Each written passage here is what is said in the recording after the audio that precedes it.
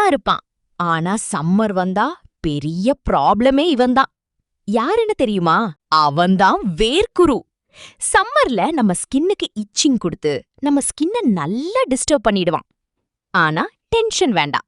இந்த வேர்க்குருல இருந்து தப்பிக்க சிம்பிளான 7 ஈஸி வேஸ் இருக்கு. ஃபர்ஸ்ட், நிறைய வாட்டர் குடிங்க. ஹைட்ரேஷன் ரொம்ப முக்கியம்.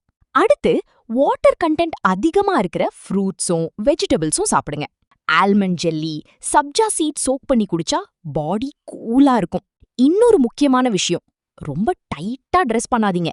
காட்டன் ட்ரெஸ் யூஸ் பண்ணுங்க. டெய்லி 2 தடவை பாத் பண்ணுங்க. பாடி ஹீட் கண்ட்ரோல்ல இருக்கும். ஸ்கின்னும் ஃப்ரெஷ்ஷா ஃபீல் ஆகும்.